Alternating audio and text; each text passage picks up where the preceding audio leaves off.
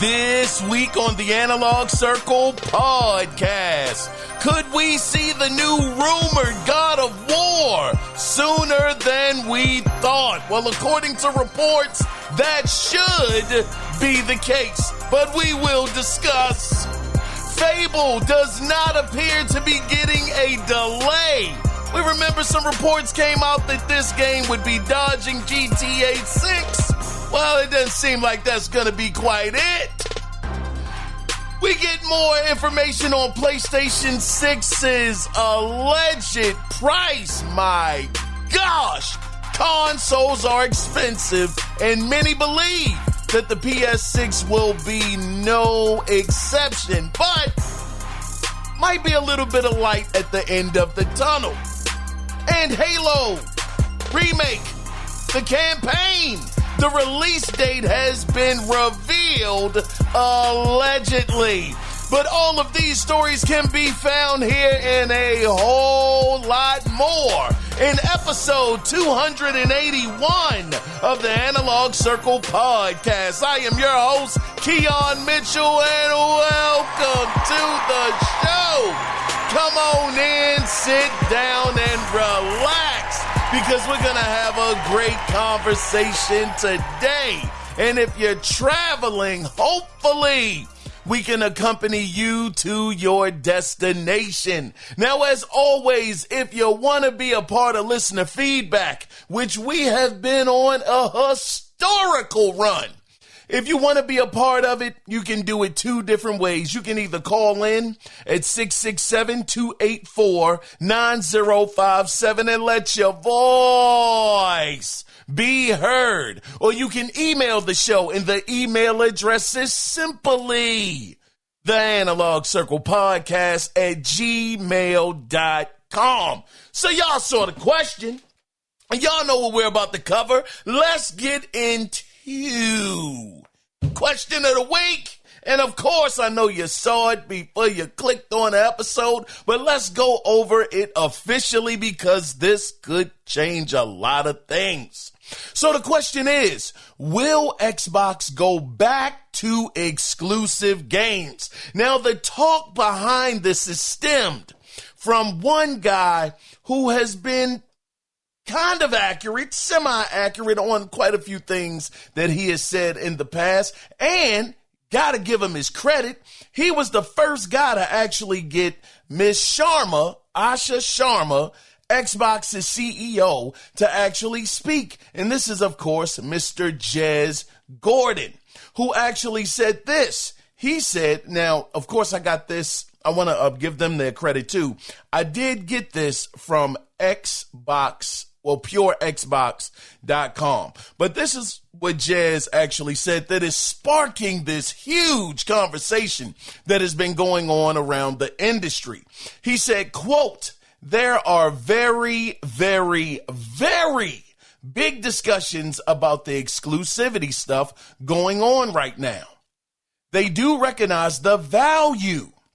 It's just about what kind of company you want to be. At the end of the day, do you want to be an ecosystem company first, or do you want to be a publishing company first?" End of quote. So this has really heated up the gaming streets about Xbox actually possibly under Asha Sharma going back to their roots.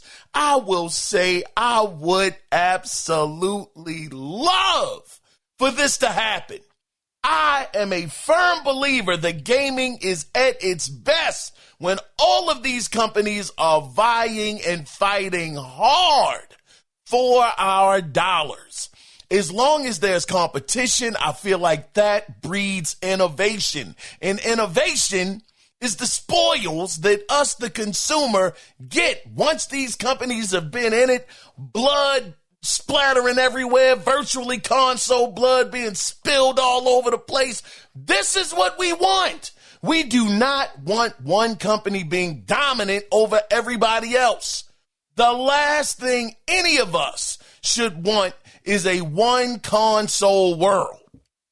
where you play all of your games on one console because, one, it's a monopoly. And whenever it's a monopoly in any industry, it is going to be trouble. Absolute trouble. Innovation is going to slide.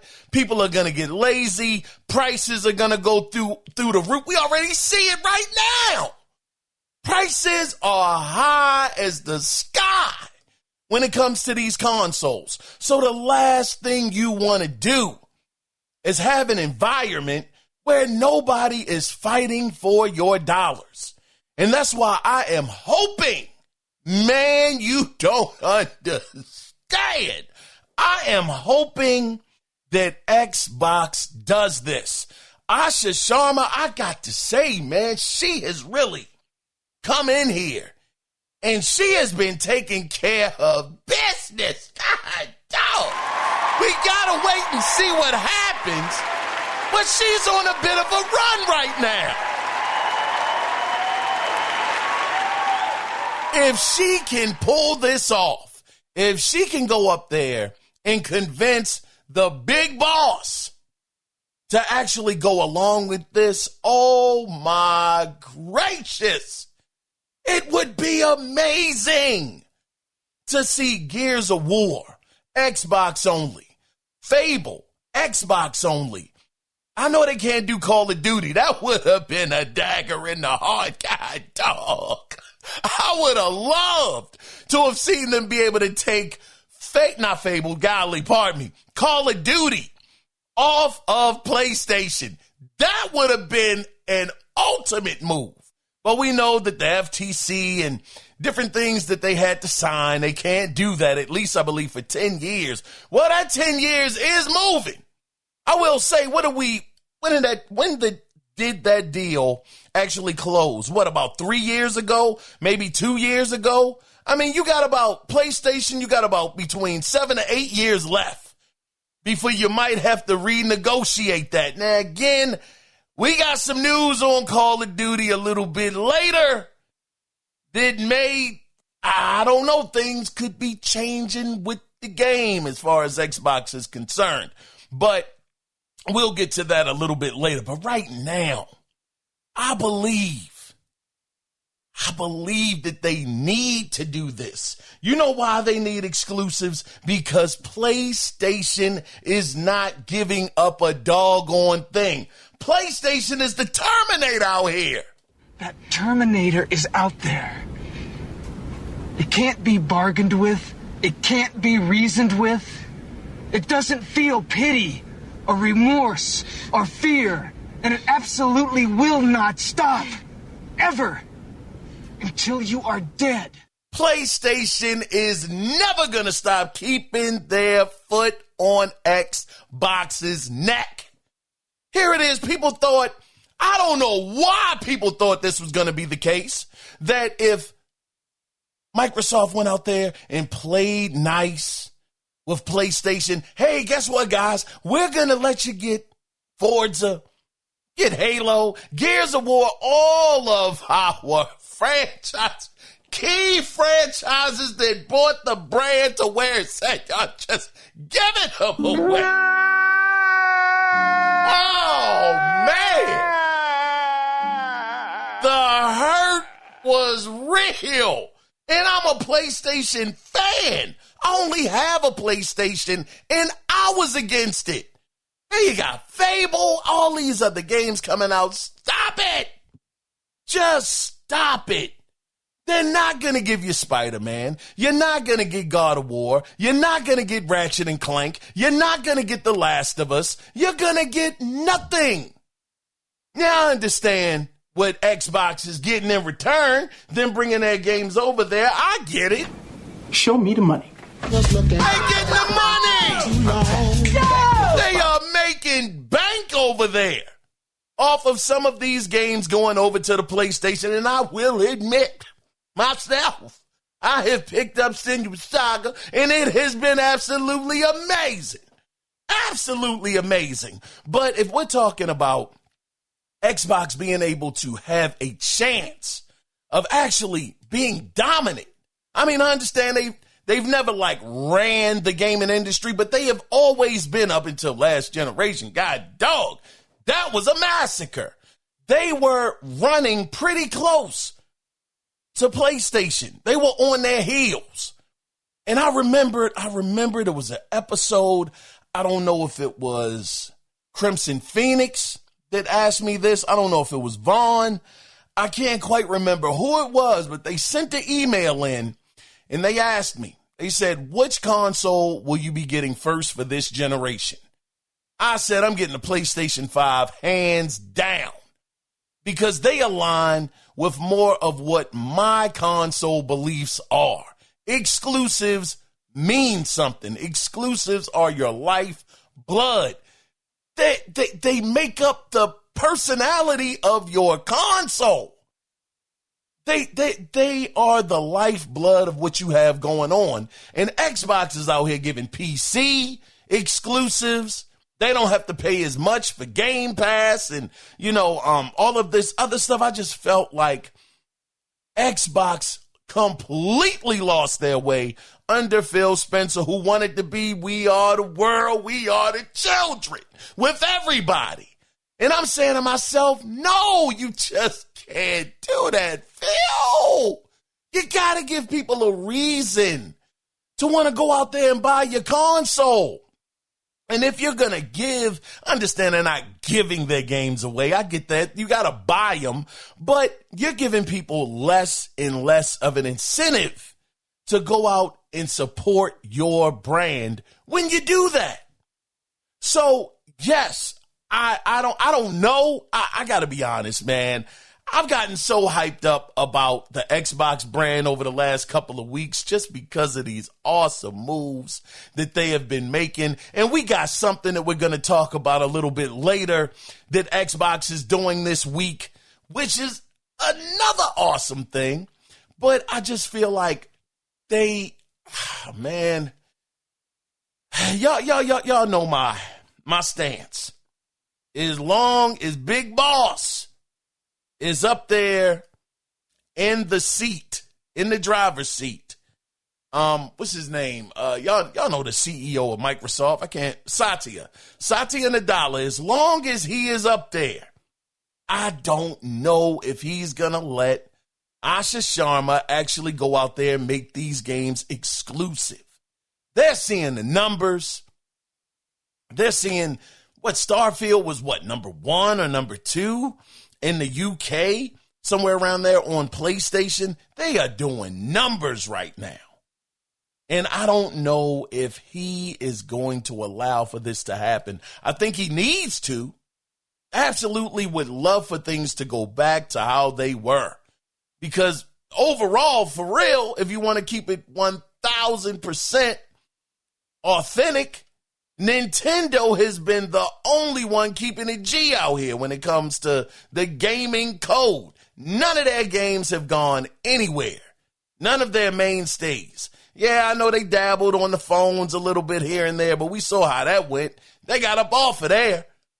But PlayStation, they messed around with PC, got a little comfortable, started getting closer and closer to actually releasing on PC, closer to their dates of releasing on the console.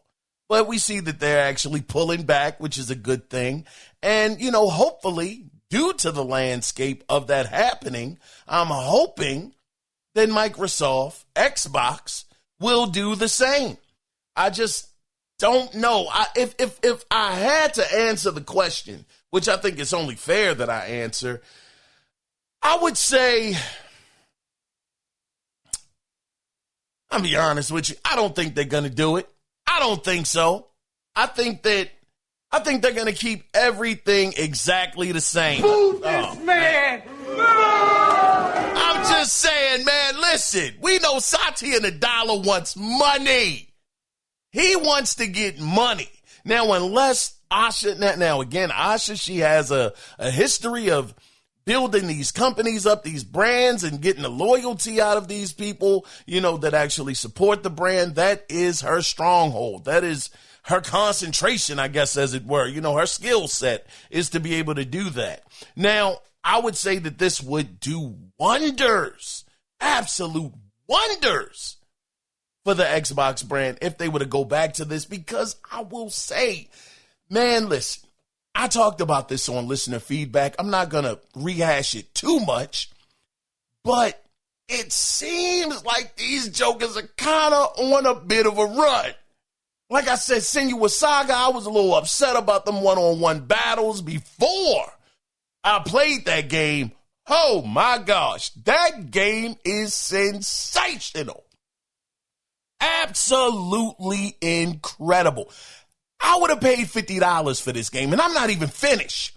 I don't know what the reviewers are talking about. I don't get their grievances. Now, granted, I didn't play all the way through the first one. People said that it took a drastic step back. Maybe if I played the first one, I might would have the same thoughts about Senua Saga. But what I'm playing, oh, shucks. Man, them jokers over at Ninja Theory. Man, they crafted one heck of a beautiful, sensational looking and sounding game. That game is amazing. That game is amazing. So I am simply saying that to say that it looks like they're actually able to make good games now. It looks like the drought is over. They got South of Midnight that came out. I saw, man, let me tell you something. I saw the graphics. South of Midnight. At first, I was like, yeah, it looked good, man. It looks good. It don't look bad at all. I was a little worried about that gameplay a little bit, though, but I was like, man, I don't know. I looked into it a little bit more. Oh, yeah, I got to pick that up. I got to get South of Midnight. So it's like they got a track record going a little bit here. Then you release Gears of War later on this year, and if that's amazing, we'll talk about it when we get there. But, Fable, they're shaping up to actually have some good stuff, is all I'm saying. And right now would be a great time to strike and say all of this stuff, as much as they can, make exclusive, would be exclusive to the console. So I'm hoping for it. I'm not, man, I ain't holding my breath, God dog it, because I don't want to get smothered by my own doggone self for trying to hold my breath, thinking that they're going to do this. But at least, again, according to Jez Gordon, at least they're having the conversation in the building. Could you imagine, like I said before, could you imagine them at their showcase, and they say the Gears of War E-Day is exclusive to Xbox, and they make sure that they translate it to people to know it's not going anywhere. Because the communication has been their kryptonite, God dog it. But if they can let the people know that the only place that you will be able to play this game is on a Xbox console. I understand PC is going to be that. I understand that. Oh my gosh. But console-wise, you can only play it on Xbox. It would be sensational. And I'm saying that as a PlayStation 5 only owner.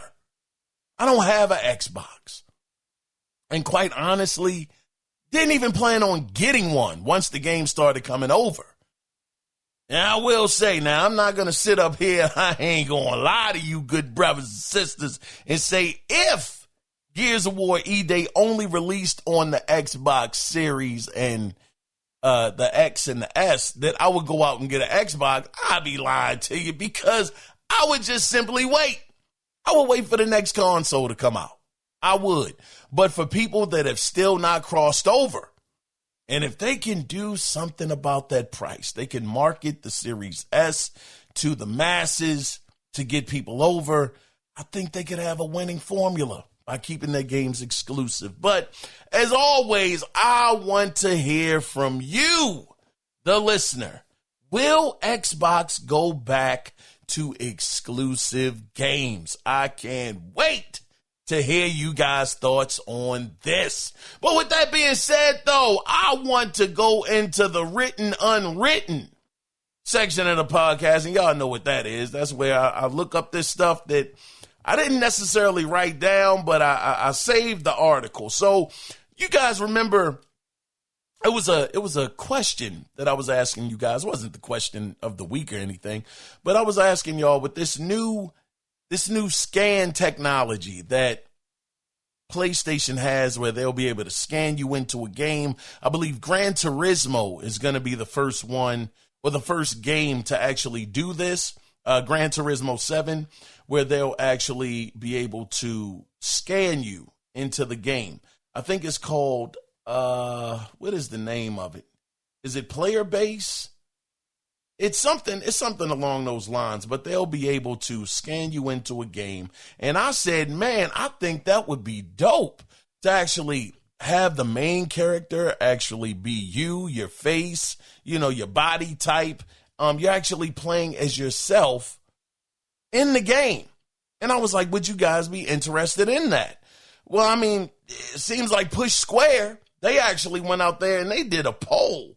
And they said that, now this was off of 1,000 votes, but 90% of those voters said that they would not want this feature inside of the game or this service or whatever they're talking about. They wouldn't be interested at all. Ain't nobody coming to see you, Otis. I said, God, dog, I guess I'm in the minority. 10% said yes, 90% said no. Somebody had the nerve to say absolutely not.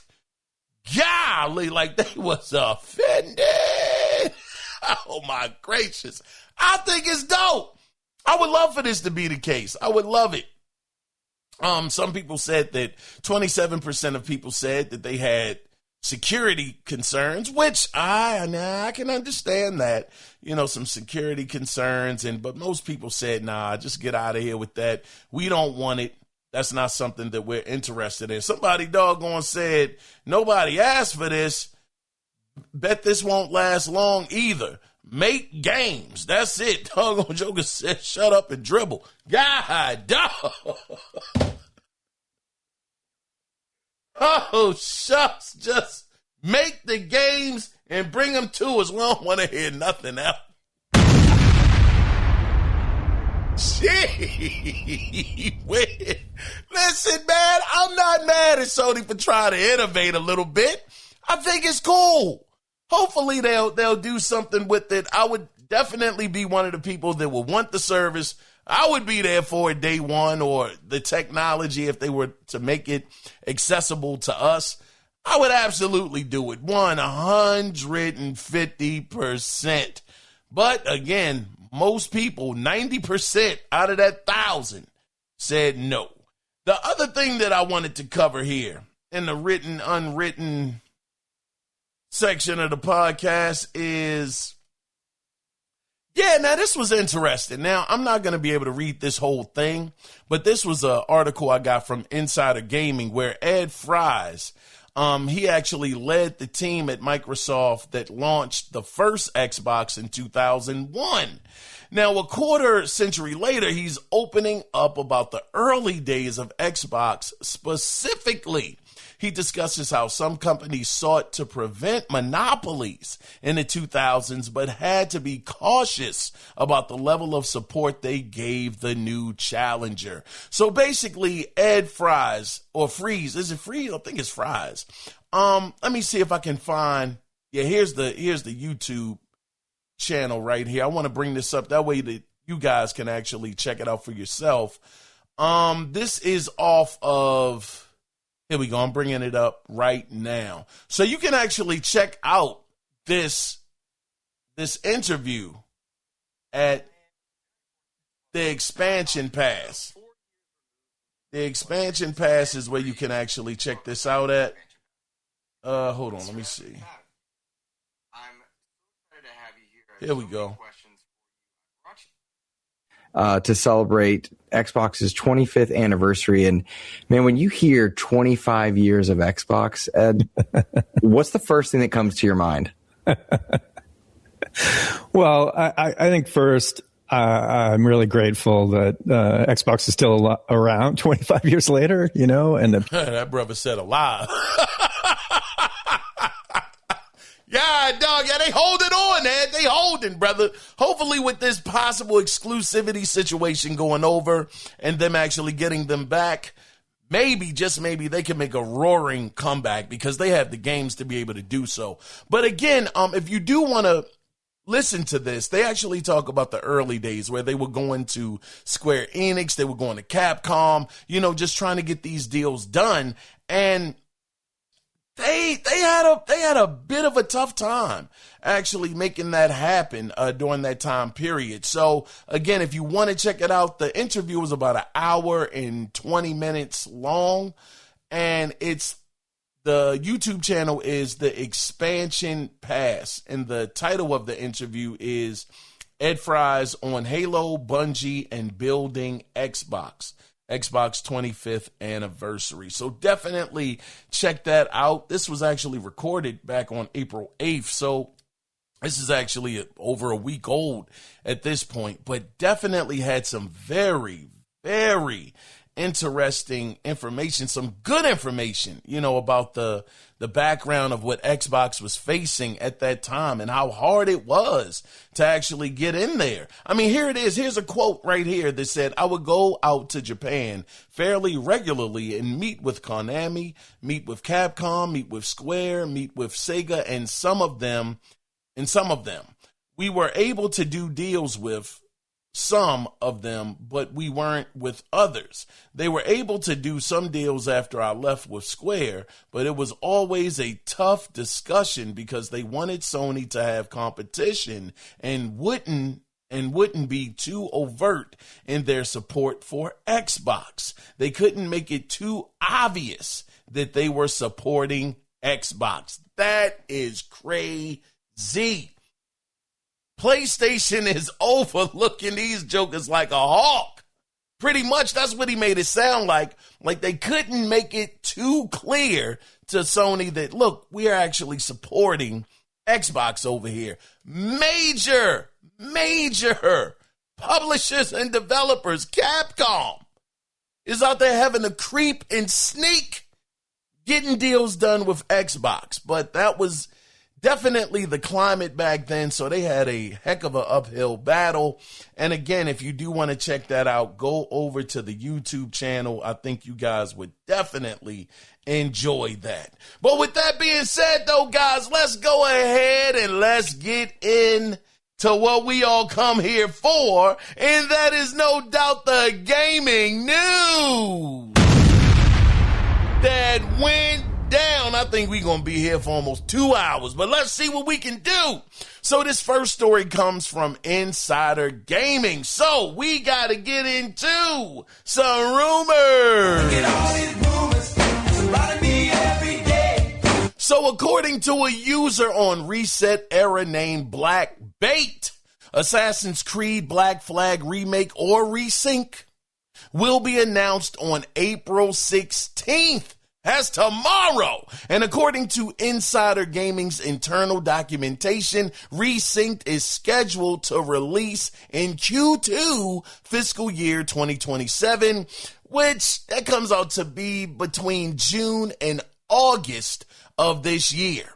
Now, to bring just a little more credence to this story, I just read an article from Xbox Wire that says, and I quote, "This Thursday, April 16th, we'll be debuting Xbox First Look at Metro 2039 with 4A games and Deep Silver." End of quote. Now, I do want to say this. This looks to be a new format that Xbox is calling, quote, Xbox First Look, end of quote, which, again, Sharma. Now hold on, now to be fair, who knows, Phil Spencer and Sarah Bond could have had a lot of these things in the works. So you got to give a little bit of grace on some of these decisions. They have probably already been in the works, but she's there, so it's under her watch. But let's get back to what we're talking about. So now, as far as I can read and understand, this show will be dedicated solely to Metro 2039. Now, the show will start at 1 p.m. Eastern Standard Time. Now, this is the thing. Who knows if Assassin's Creed Black Flag will be there? But the 16th, it does feel a little suspicious. Here you have this show from Xbox. Again, it's supposed to just solely be concentrating on Metro 2039, this new format. Pardon me, guys. That is called what is it called again? Let me see. I can't even find it. Well, yeah, this new format. Xbox First Look is the new format. We'll see what happens, but I don't know if it's only supposed to be concentrating on Metro 2039. Assassin's Creed Black Flag will probably not be at that show, but this was something that I got from PSU. So, speaking of the 16th, this is why I say the 16th feels suspicious. It's because, according to, this guy's pretty accurate. He's a pretty accurate insider. Nate the Hate, he stated on X that PlayStation would be having a State of Play event also on the 16th. So could we see Black Flag at this? Oh, hold on. Wait. Now, I don't know. This just might have blew up completely in my doggone face. Oh, shucks. Now hold on, brothers. Circle. I don't think that PlayStation has announced that they are having a State of Play tomorrow, did they? Hold on. I'm gonna look it up because usually PlayStation will wait till the day before. I've been looking at the news today. No, I don't think so. Did PlayStation announce their State of Play event happening tomorrow? We gonna get some answers. No, it says PlayStation has not officially announced a State of Play event for tomorrow, April 16th, 2026. So I don't know if this is gonna happen. Who knows? Maybe, just maybe Ubisoft, they have the resources, they have the money.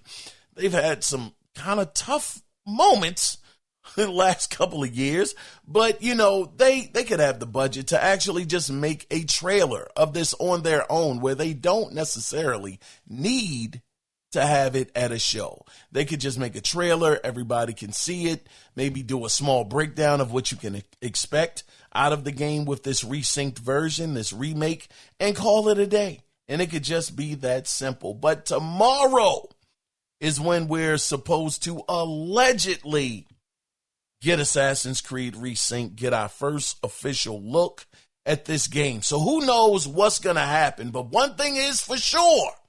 Again, Xbox is having another event tomorrow starting at 1 p.m.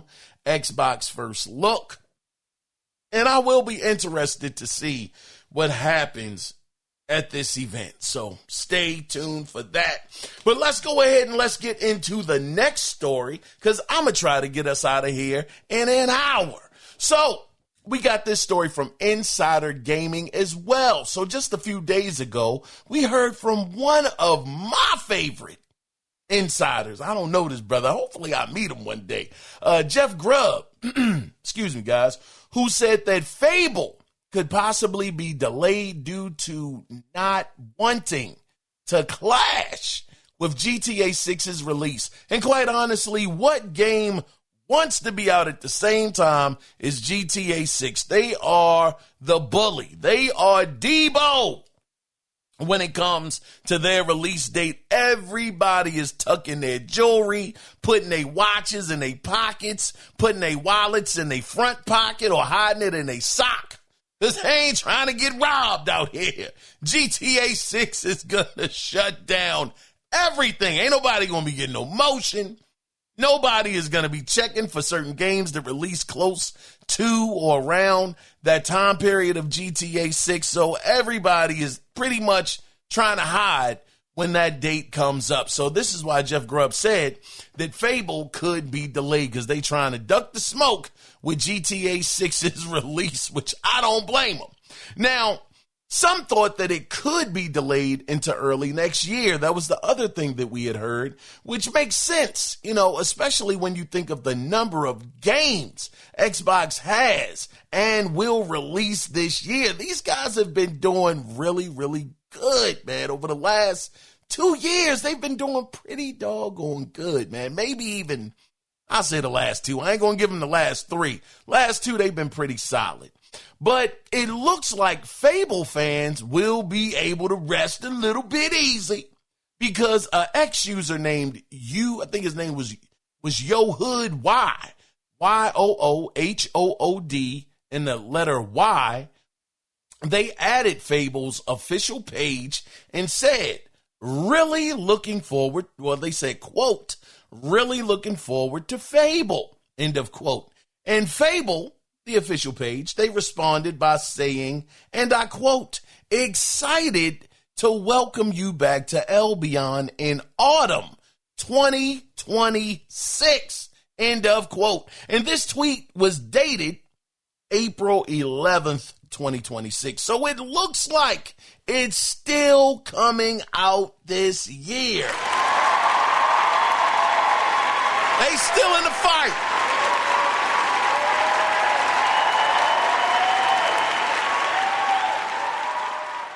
Now, I will say this, though. Now, Ground is a ground, what is it? Playground Games. They're actually located in Warwickshire, England.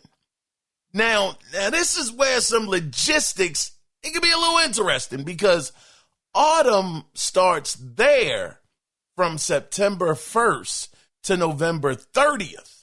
Now, here in the States, our autumn starts from around September 22nd, maybe the 23rd, to around December 21st to December 22nd. So which autumn will it be? Will it be our autumn, or are they going off of their calendar, their autumn, which is up until November 30th? September 1st to November 30th is dangerously close to GTA 6. But when you go on our autumn calendar, you're still at September 22nd to around December 21st. So could it be a situation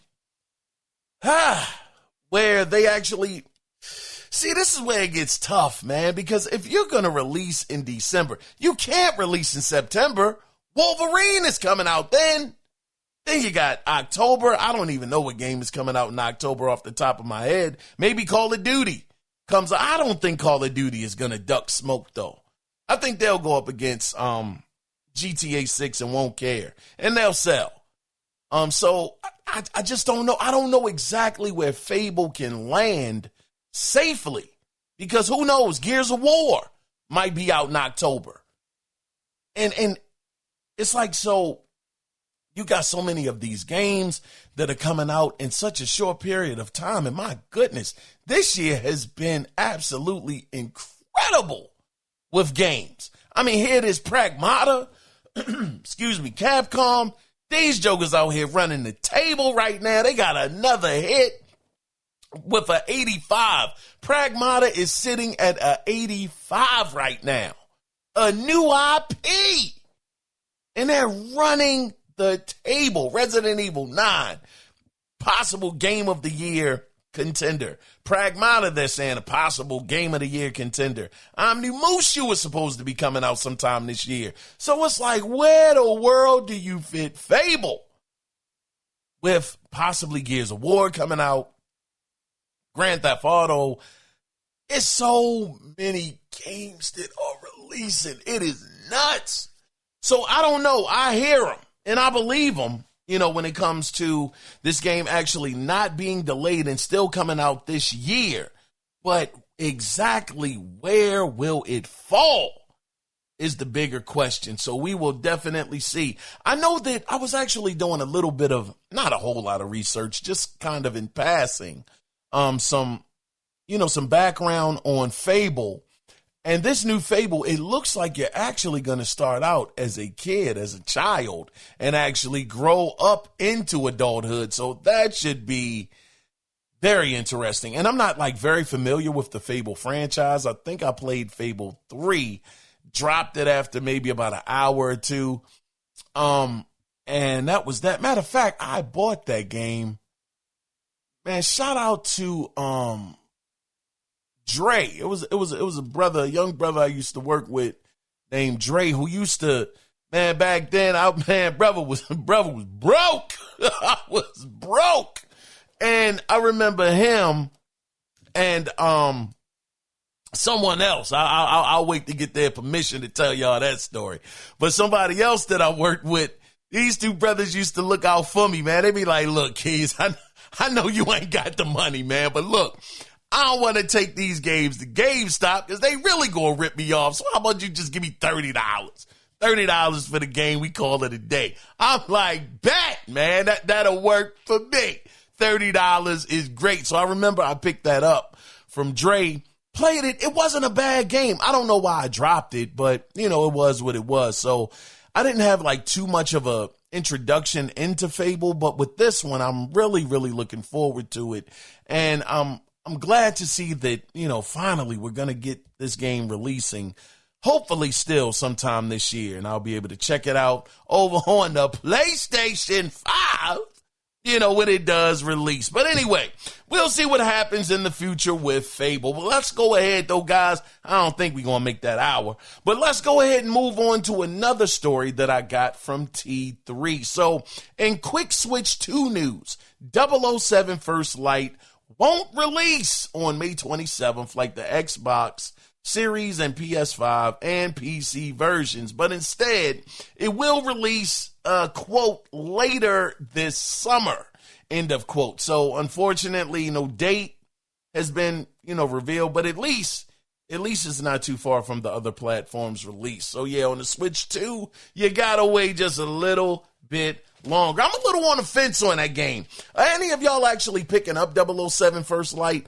My only thing is, when it comes to 007, this game in particular, I know that it's from IO Interactive, and we know their history, the Hitman franchise. That's what they are known for, and Hitman is stealth, all stealth. And I'm saying to myself, man, this Bond game looks really, really good. This looks like something that would definitely be down my alley, but I don't want to go sneaking around. I don't want to be Sam Fisher, man. We're in 2026. I just want to blow some stuff up. Where if I do get caught now, if it is a situation where they do have the mechanics similar to Star Wars Outlaws, where you're supposed to go in quiet, but if things do start to, go sideways and, you get caught, then at least you'll be able to shoot your way out of the situation. So that's what I'm hoping. I'm hoping that if you do get caught, it's not an instant game over, start over and sneak around again. If they put that kind of gameplay element into it, I would be far more interested in picking this game up. But I am curious to know, are any of you guys actually planning on picking up 007 First Light? Because it does look promising. But let's go ahead, though, guys, and let's get into the next story that I got from Daily Jang. Now, let's talk about, PlayStation 6. Let's talk about some rumors. Look at all these rumors surrounding me every day. And oh man, so the current landscape pricing. The pricing for consoles are insane right now. And I'm included in this. is leading many people to believe next generation hardware is going to be even worse as far as price goes. But if this report from Tom's Guide is true, just maybe we'll have some relief. So according to the report, Sony will be releasing 2 home consoles along with a handheld. And of course, you don't know if any of this is true, but Moore's Law is Dead seems to be hearing similar things that suggest Sony will be releasing a standard PS6 and a cheaper, quote, PS6S, end of quote. Man, they bet not call that thing a S, man. Man, y'all can't just jack Xbox like that. Golly, now I know that this isn't official, but he's just, I guess, saying that to make sure that you understand that this is the lower tier model PS6 console. But they're saying that it's going to feature, the PS6S console is going to be featuring a portable game device as well. Now, it's being said that the standard version will likely include a robust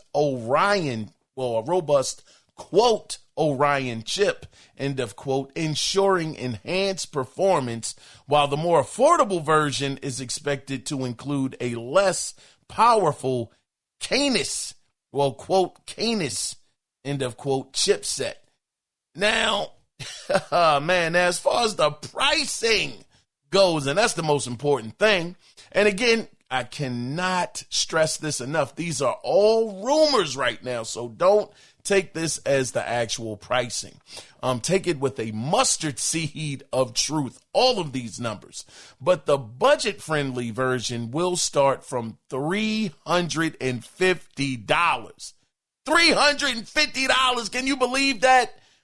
$350. The PlayStation 6, I guess a lack of better term, S, is going to start at $350 and up. And the high-end console is expected to cost a whopping $1,000. Show me the money. Woo!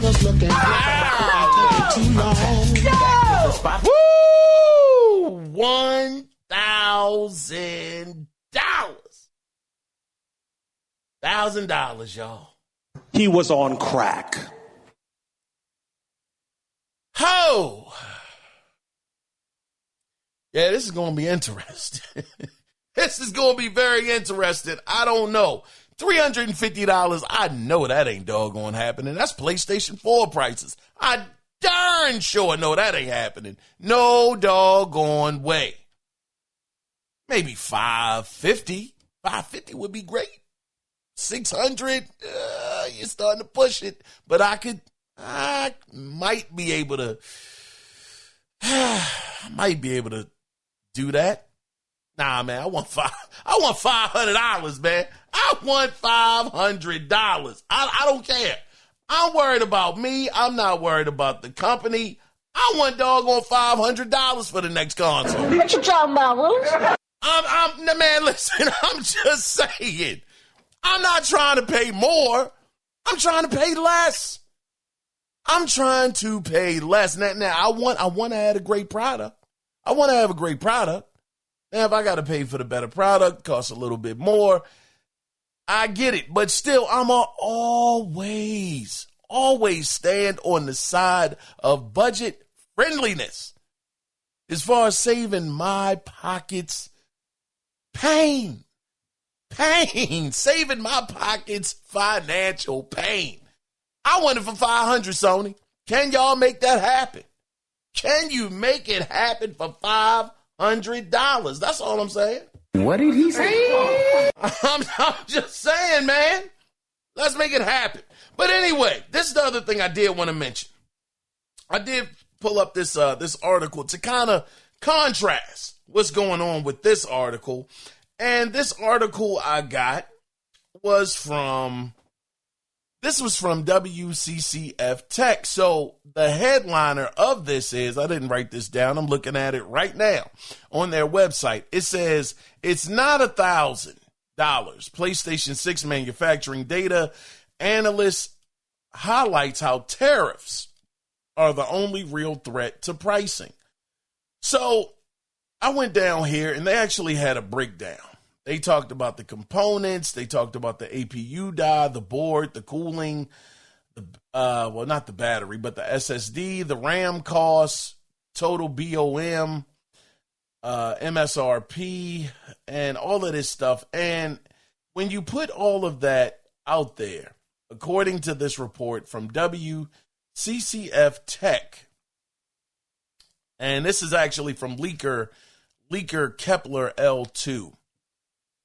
He's saying that the estimated bill of materials is around $743. But when you break it down and you got all of the MSRP, the SSD, all of this stuff, it looks like the PlayStation 6 Canis, which is going to be the lower tier model, is coming out to about $529. And when you look at the PlayStation 6 Orion, that's coming out to a whopping $949. So, yeah, pretty much $1,000. $1,000. And the PS6 handheld, they're saying that's going to be $649. You got to be kidding me. $650, man, I doggone near choke right there. $650 for a hand. God dog. Ain't no darn way. But we'll see what happens with this, man. I'm telling you, I would love for Sony, Microsoft, hold off for a year or two. I don't think anybody is really rushing in for next generation hardware. We still have fantastic hardware. The PlayStation 5 Pro is definitely out here making moves, is making waves with Resident Evil 9. Various other games that have been getting updates. Cyberpunk 2077 is looking fantastic on it. Just give it some time. I think that even if it's 2029, I know some people may think that's a little too long, but these machines, I'm telling you, they still got a lot more up underneath the hood. I'm pretty sure of it. Even 2028. I'm trying to go for 2030. You know what I mean? I want them to release this stuff in 2030. But, you know, for other people, they're like, that's just a little too far. But that's just me. 2030 or doggone bust, man. But anyway, we'll see what happens with this, man. Let me try to get y'all out of here. It's 52 minutes in. All right, well, let's get into the next story. It's going to be very interesting to see what happens. But at the end of the day, if Sony shows me some games, if they show some games, that new Ratchet and Clank or whatever the case may be. Oh, speaking of that, Insomniac.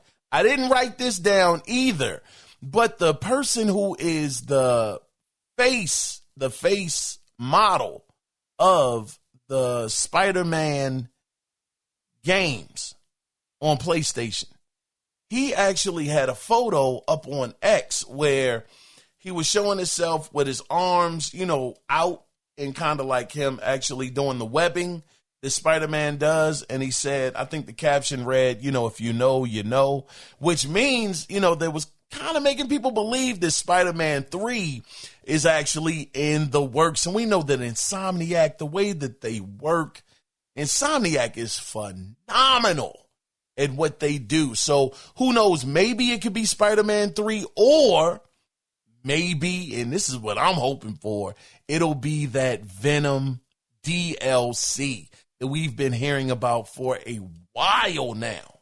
Maybe that's the game that's actually releasing possibly next year. Because during those, man, I know C-Jack is playing the game. Never mind. Man, listen, I'll word it like this. You know about the sections where, for me, I'll just say for me, it reminded me of Hulk Ultimate Destruction. Y'all know what I'm talking about if you've been there in the game of Spider-Man 2. That's why I'm excited to see that that possible Venom DLC because of that. I haven't played a game like Hulk's Ultimate Destruction in years. So that would just be amazing to see. But anyway, we'll see what happens with that, at a later time. But let's go ahead, though, guys, and let's get into the next story that I got from Insider Gaming. So this is just a quick update on the Starfield PS5 botch job. Oh, my goodness. Dog, when they talking about leadership over there at Bethesda, Todd Howard, these jokers is like, man, y'all need to update your doggone. Update your doggone system, not your system, but your man, what is the doggone thing called? You gotta update your engine. Your engine needs to be overhauled. These jokers are getting very, very upset because they like the jank. It ain't fun no more. Y'all killing me with this. These jokers are mad. Things are crashing. PlayStation 5, and people are saying that they're actually having a fun time with the game. And it's crashing on them. So this is the thing. So there were people, like I said, they were experiencing a ton of crashes on the console, but Bethesda came out and they made a statement. They said, and I quote, "We're addressing these in a hot fix. We're aiming to release this week. Thanks for flagging, and we'll keep you posted." Thanks for flagging, and we'll keep you posted. Man. Shut. Did I say? Say it again. Say something else. Oh, say something else. Say something else. Y'all got to be kidding me. They joking say, yeah, man, don't worry about it. It's in the mail. It's coming. Hot fix. Appreciate y'all for flagging it. And we keep you posted. God dog, man. It is. Aren't you trying to build this to be a franchise? Man, oh man. How can you make the game with so many improvements done to it come out this broken? And the thing is, it's not just a PlayStation issue. It is also doing the same thing on Xbox. So here it is. You guys release a game, and this is what happens, man. Even for me, as I looked at Starfield, I said, wow, this game actually looks really, really good. It looks engaging. I love the choices that you have to be able to choose what you want to do. And I just thought that, wow, maybe this is something I could actually get into, possibly. And it just doesn't seem like it's something I'm going to touch for quite some time until these guys actually get it together. Plus, it's only $50, which was also a pretty good price.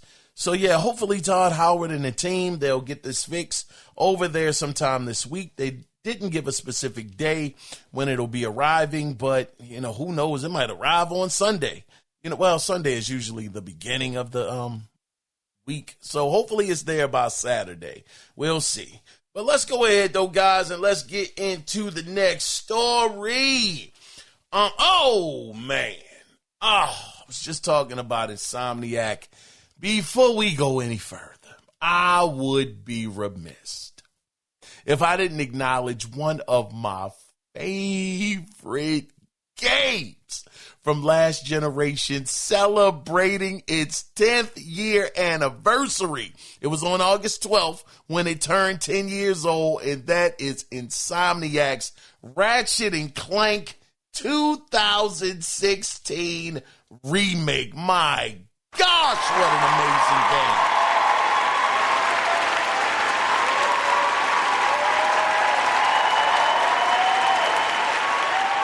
Man, I went out on a whim to buy that game. I had not had any interactions with Ratchet and Clank up until the PlayStation 4. And what made me actually buy the game was because it was $40. I went to Best Buy, saw it, said, man, I need something to play. $40. All right, I'd do it. I know it was due to a movie tie-in or something like that. The movie didn't do too well. But when I got that game home, it was magic. Absolute magic.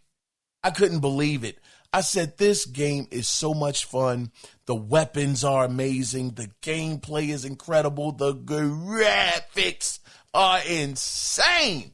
I was like, I almost feel like I'm playing a Pixar movie right now. Oh, it was the best. And the thing is that it is still sitting at a 85 on Metacritic right now. So that game made me a fan of Ratchet and Clank. When I saw Rift Apart, that was not a day one because I didn't get the PlayStation 5 on day one. But when I did buy the PlayStation, that was the first game, well, outside of God of War Ragnarok, coming with the PlayStation 5 that I purchased. And it was incredible. That's still, Ratchet and Clank Rift Apart is still in my top 5 greatest games of this generation. And I am very much so looking forward to them continuing on with that franchise. But again, shout out to Insomniac for Ratchet and Clank 2016 for just making me an overall huge fan of the franchise.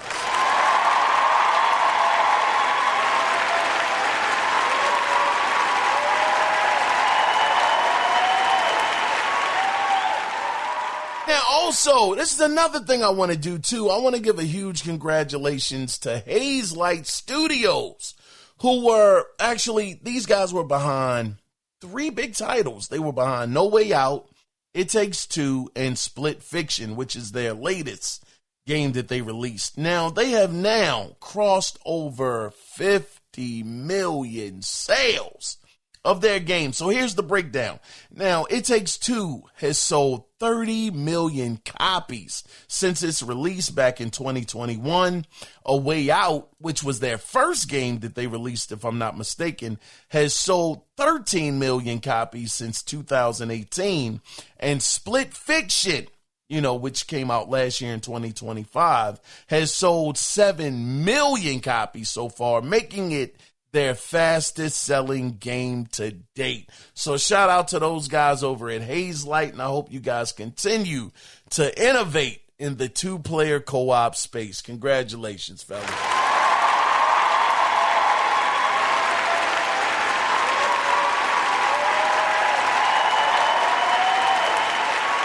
Golly, 50 million. That is bananas. But let's go ahead and let's get into the next story that I got from IGN. So, now this isn't the biggest news, but it's something. So, I'm sure at this point we all know about Kojima's upcoming tactical espionage title that's called Sphint. At least that's what I'm calling it. Sphint. Physint. Sphint. I don't know. But according to reports, it's now being called codename, and I quote, Shimmer now, end of quote. I don't know. Maybe changed it. Well, anyway, it looks like the project is continuing to move forward because motion capture company Pivot Motion, who aided on Death Stranding 2, along with casting director Mary Uda, are searching to fill several new roles with plans to start shooting in June of 2026. So one of the roles involves a villain with a German accent. He's going to be slim, have a quiet personality, and he's supposed to be, quote, intense, confident in a psychotic sort of way, end of quote. That should be very, very interesting. And is supposed to be similar to, quote, Mads Mikkelsen in Hannibal, but with flair, end of quote. Now, the other thing is that allegedly more casting calls, including a mother holding a baby, 5 teenagers, and 2 male individuals. Each role will allegedly revolve around a bus hijacking incident. So outside of that, no more details were shared about the game or the casting or on how all of this will tie together. So it sounds like some Speed type of stuff back in the day when they hijacked the bus It'll be interesting, man. Look, Kojima, this brother has, this brother got a mind on him, is all I can say. I don't know what's going to go on with the story. Man, if you know about the Lolly Lule load, and you know my struggles, doggone it, about trying to follow a Kojima plot. This stuff gets so convoluted and whatnot. I don't know what's happening. So hopefully on Svent or Shimmer, whatever they're going to call it, we just get a great game. I'm still interested. I'm interested in Death Stranding 2, but when I was about to pull the trigger, I saw a review and they said, if you think that this is anything different from Death Stranding 1, then you are going to be sadly mistaken. I said, yeah, dog, I don't think I want to take the chance of having that be my fate when it comes to actually playing the game. So I'm holding off. And if I can catch it on sale, I might get it then, but I'm holding off. If any of y'all have played Death Stranding 2, but I've heard the reviews, they said it's so much better than the first one. And that's the thing that kind of, I don't know. It's perplexing, but we'll see what happens, man. I'm not trying to waste too much more of y'all time. It's almost 8 o'clock and I got to be up at 1 in the morning. All right, man, let me go ahead and move this along. So the next story I got from Pure Xbox. So Replaced just released on Xbox and PC and is sitting at a 81 on Metacritic right now, which is a solid score, I might add. But the developer Sad Cat Studios did reveal the performance that you can expect on consoles. Now, Xbox Series X will run at 4K 60 frames per second, and Xbox Series S will run at 2K 60 frames per second. Now, also, shout out to Xbox for having this inside of Game Pass day one. That is a huge, huge pickup. But if you don't have Game Pass, you can actually get this game for $20, which is a great price. Yes, indeed. So let's go ahead, though, guys, and let's move on into the next story. Now, this is a bit of a big one. We were talking about, oh, no, this isn't it. This isn't it. This is kind of big, but we'll talk about it. I got this story from CBR. So we know that Hogwarts Legacy made a huge impact when it did release back in, what was that? I think it was back in 2023 when Hogwarts Legacy released. So much so that it actually dethroned Call of Duty's 15-year run on being the best-selling game that year. Selling, and this was Hogwarts, they sold over 20 million copies, actually dethroning Call of Duty. Call of Duty was in there for a decade and a half, and they came in there and made such a big impact with Hogwarts Legacy that they took their spot and they sold over 20 million copies. So the question I would have to say is now, when will we see the sequel?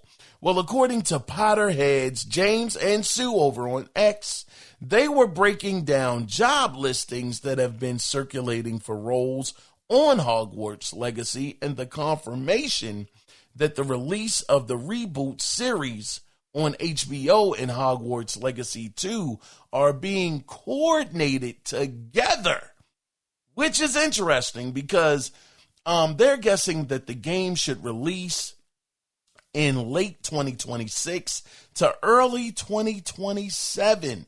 And just to add a little more credence to this info, a new community manager was just hired for Hogwarts Legacy, and at Expecto Go on X did a timeline breakdown where he pointed out that the first community manager was hired in December 2021, and the State of Play Hogwarts show premiered March 2022. Now, the thing is, where the timeline kind of wane off a little bit, is it actually launched Hogwarts Legacy, that is, back in 2023, like I mentioned earlier. Now, they hired this new guy's name is Cody, and this ain't you, Cody Clark, is it? Shout out to you, brother. But they hired this new guy named Cody on April 7th, 2026. So again, timeline-wise, it doesn't match up. He just got hired this year. Maybe we get something next year, but the thing is that if the game, the sequel, Hogwarts Legacy 2, is supposed to line up with this reboot series that's on HBO, that's when things kind of get a little murky. So I don't know what's going to happen with this situation. It will be interesting. Hogwarts Legacy was one of those games that Harry Potter fans were like, this is really well done. They did an excellent job in actually bringing the Harry Potter world to life in gaming form. So a lot of people are looking forward to this. I actually have Hogwarts Legacy 2 upstairs. Y'all already know it's still in the wrapper. Move this man! It's still in the wrapper. I plan on getting to it eventually. My back catalog is just stupid. But I'm going to get to it eventually, man. But listen, we'll see what happens with this. Maybe sometime later on this year. Maybe we see it at Xbox's show. Maybe we see it at PlayStation's show. We don't know. We don't know. But only time will tell. And I'm sure a lot of people are looking forward to it. But let's go ahead and let's get into the next story that I got also from Insider Gaming. And this is about the Halo campaign. So this is definitely some rumors. So as always, take these rumors with a mustard seed of truth. So the rumors circulating around this game is the alleged release date has been revealed by a data miner named Grunt.api, putting up a cryptic tweet. And of course, with this cryptic tweet, you had the community come together to decipher the tweet, and they came up with July 23rd being the early access date for the game and July 28th being the regular release date for the game. Now, again, it's a rumor. We don't know if it's going to be true or not, but the one thing that we can go off of is on June 7th, when Xbox does have their showcase, I'm sure they will bring up Halo campaign, the remake, and we will officially get the timeline of when this game will release, whether it will be July 23rd or July 28th. We'll have to just file those in the mental Rolodex until further notice. But I'm definitely looking forward to Halo a little bit. I want to play those missions, those flashback missions. That's what I'm more so interested than anything else. You know, those flashbacks, and to see how much better the game actually is, because those guys over at 343, man, they've been struggling for a little bit trying to get Halo on track. So I'm hoping that this will be a great outing, kind of resetting the studio into having that standard that we expect from Halo. So we'll see what happens when it releases. But let's go ahead, though, guys. We're almost finished. And let's get into the next story I got from Comic Book. So according to insider Tom Henderson, he has heard that the next God of War, oh man, is set to be unveiled at some point in April. And when I say April, I mean this month, possibly, going along with the rumor of a state of play this month. Now, me and AB, I got to shout out my good brother AB. We actually discussed this. And I said to him, it is no way that this game gets shown off. It's way too early. This is a long ways off. We heard TC Carson come out and say, hey, man, hey, guys, you're going to have to wait a while. We're working on it. But don't worry. As soon as we get some information, you guys will know. So I'm like, yeah, God of War 1, 2, and 3 remakes just got announced. Totally forgetting that it was the rumor out there that it was going to be a standalone game starring Faye, who is Kratos' wife.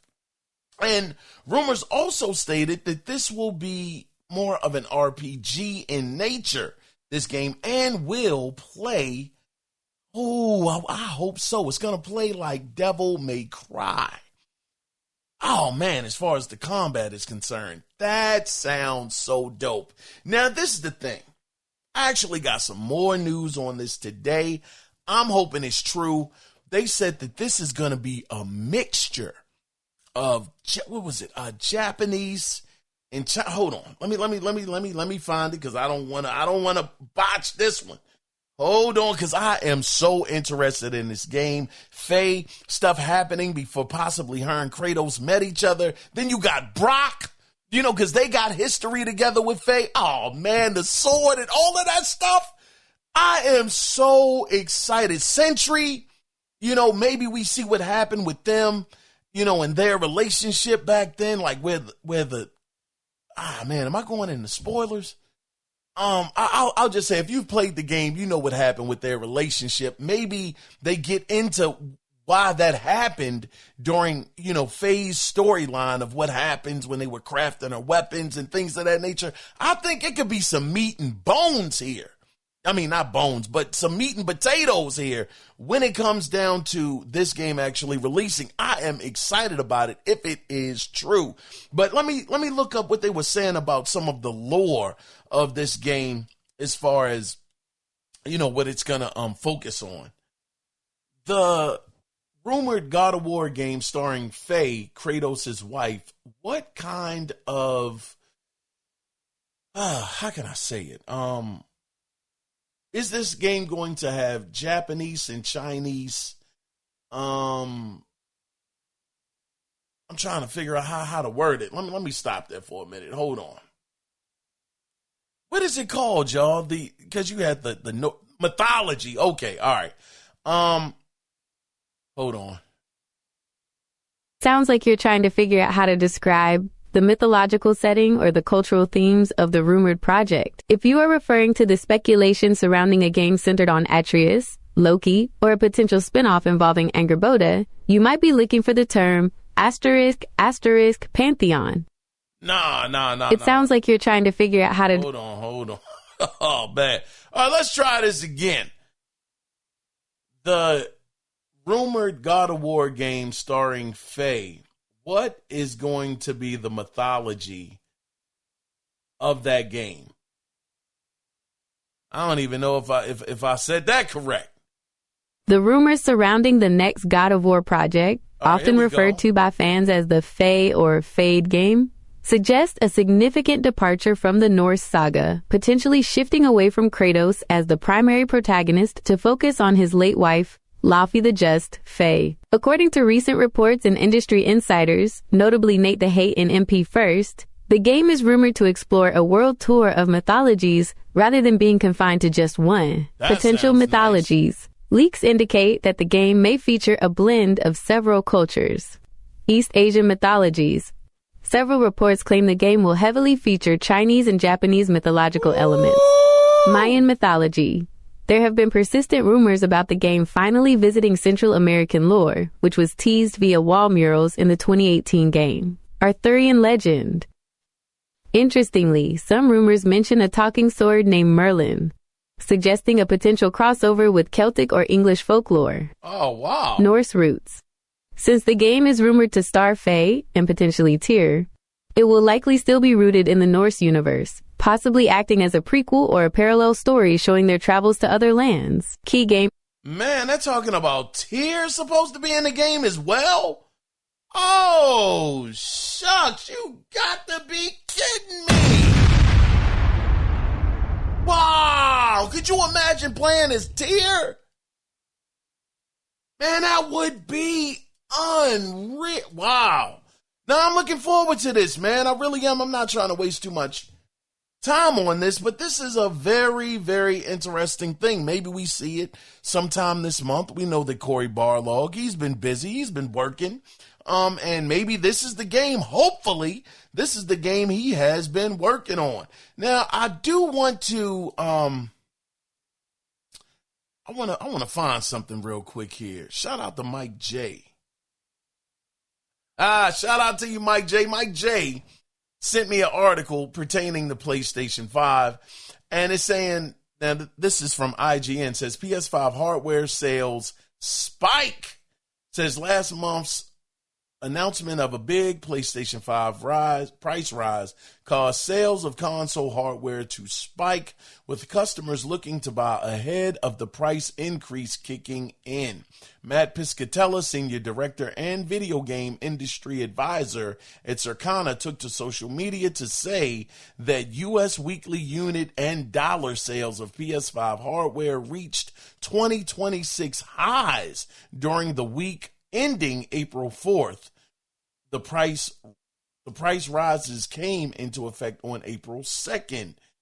God, dog, I wonder what the numbers are. I guess we will definitely stay tuned to see what happens with that, with the numbers and seeing how many people went out and bought it. But shout out to you, though, Mike J, for sending me this article, brother. I really appreciate it. Like I said, we're not going to really fully get a full understanding, and I think we all would feel the same way until around Christmas time. You know, once this, well, it's officially happened now, but since this price hike has gone into effect, I think it's going to take until December, November, December, to see exactly how good the numbers are or how bad the numbers are going to be. Because during that time period, sales are supposed to be up and away.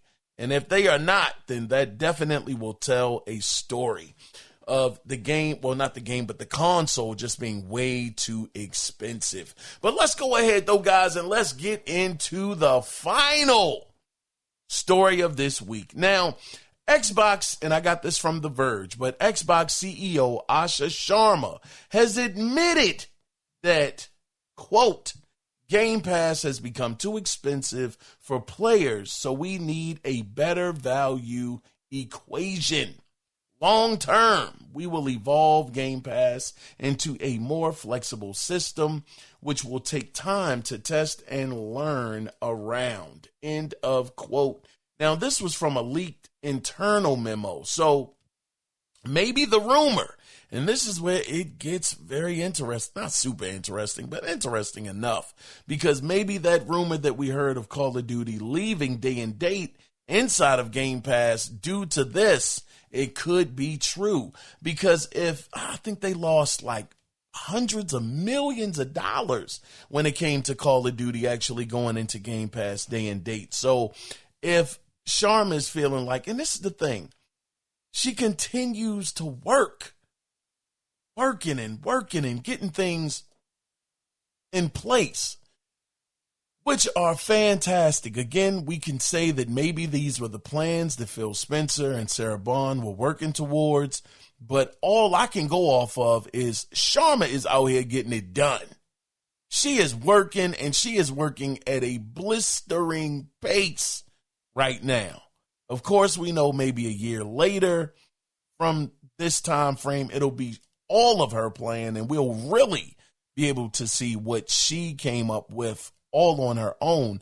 But for now, she is the face. So with these moves being done, I can only credit her, with these things happening and taking place in these conversations actually happening. So I really think that this is a great move for her to actually look into actually lowering the price of Game Pass, because that's the thing that you guys have as a golden ticket in your pocket. Me, I'm not into Game Pass. I would never subscribe.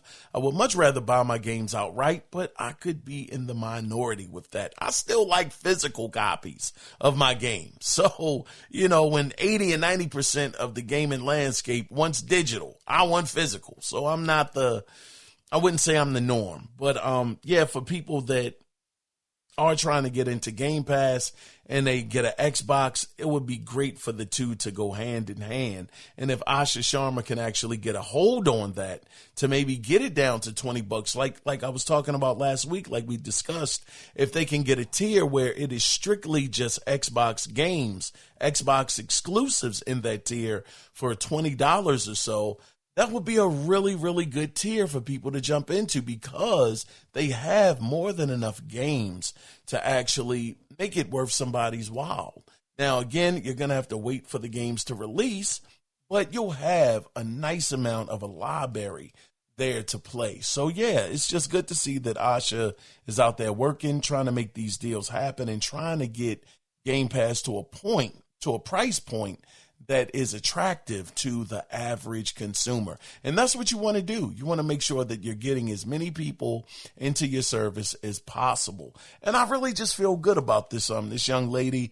She continues to make the right moves, continues to say the right things, and looks like she's continuing to do the work that gamers, that fans of the Xbox brand want to see get done. And I will tell you again, if she can in any way convince that brother over there at Microsoft as the CEO, Satya Nadella, to just make their games exclusive, that would be the most amazing thing ever. It would be incredible. Absolutely incredible. I did not like what Phil Spencer did, trying to make when he started putting the games on PC. I said, oh yeah, this is over. This is over. I'm jumping off. I'm jumping off of this brand. Next generation, I'm done. And I've been done the whole time. I figured that this was going to happen. Things were going to be a lot worse this generation for Xbox versus last generation because they just lost their way. They truly did. But it looks like Asha, she could possibly get them back on track. So only time will tell. If she can continue on this trajectory, I only see great things in Xbox's future. So and I'm rooting for it too. I'm rooting for Xbox to make an amazing comeback, like Rise of the Phoenix. I'm really looking forward to it because I was once a huge Xbox fan. And I just want to see them succeed. I want to see Nintendo succeed. I want to see PlayStation succeed. I just want all of these guys out there fighting hard for our money because at the end of the day, us, the consumer, we get all of the spoils. So that's what I want. I want virtual console blood in the streets for our money. But anyway, that is the end of the gaming news this week, almost an hour and a half. God dog. Listen, I want to thank you guys for being here. Thank you guys for the support. The number. Oh, shucks. Doggone. I hope y'all didn't tune out. I hope y'all did not cut the show off because, man, I told y'all that we were bringing back something that we hadn't done in a long time, man. And it's back. It is back. The giveaways. The gaming giveaways of the gift cards. So this week, oh yeah, we have a $25 PlayStation gift card. Now what I need y'all to do is get your pens ready. Get your paper ready to write down this number. So the number is as follows: 7M6-7RA7T67B. Write that down, and the only thing that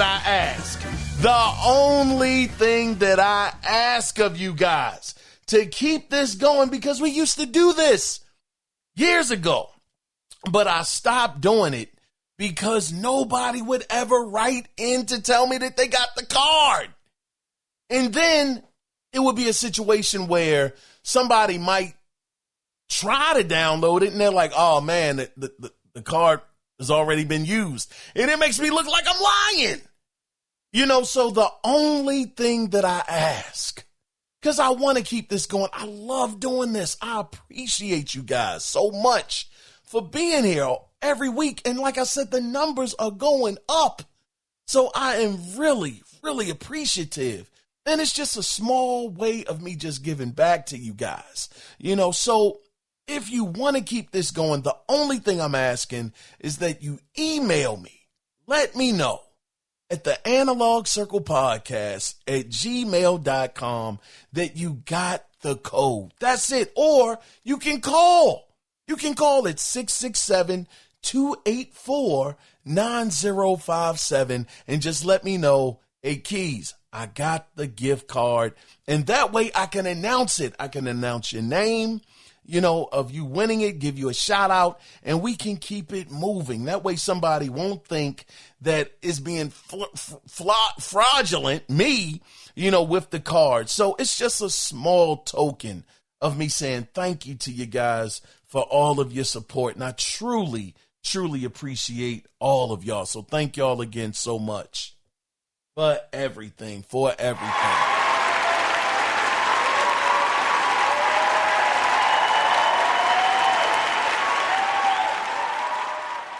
So with that being said, that is it. We will see you guys on Sunday. For listener feedback, please, please, please keep that train rolling, because we have never had so many consistent episodes ever in the show's history. So I appreciate y'all and thank y'all so much for that as well. But before we get out of here and tie this thing up and put a bow on it, always remember one thing. It is not about the consoles. It is about the games. So again, until Sunday, when we do it again, until then, you guys take care. Be safe out there. Bye-bye.